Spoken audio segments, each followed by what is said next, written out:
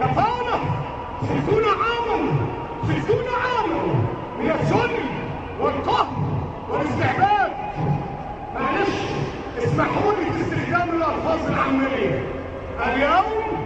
اليوم بدون النظام بترفض ان يذبح حاجه يعمل ايه؟ بيرفض. العجل بيعمل ايه؟ بيرفض.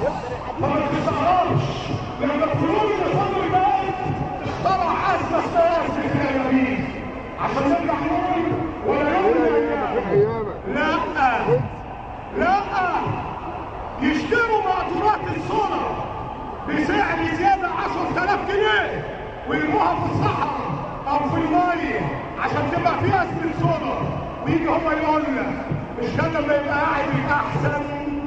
لا عملاء واللي بيشتغلوا السلطات عند امن الدوله الباقي يروحوا يولعوا كنيسه عشان يعملوا فتنه طائفيه، واحنا نيجي نقول ولا يوم من ايامه. الاجابه ايه؟ لا الاجابه ايه؟ لا.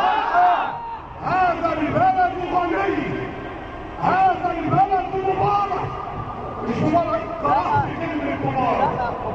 هذا البلد جميل، هذا البلد قوي بشعبه، قوي بقومه. خرج علينا المليون والعلميون بالامس يقولون ان الاسلاميين بيعتمدوا على تدني ثقافه الشعب. شتمونا كلهم.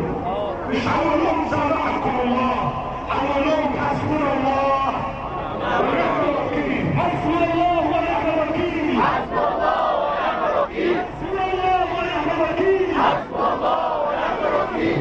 الإجابة عشان الوقت يخلص. بنقولهم الشعب صاحي، الشعب واعي، الشعب مش هيرجع البيت ينام تاني الا لما ياخد حقه كامل.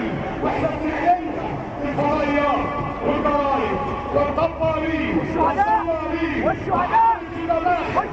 ونقول للشهداء اكرمهم الله. اسلاميه اسلاميه.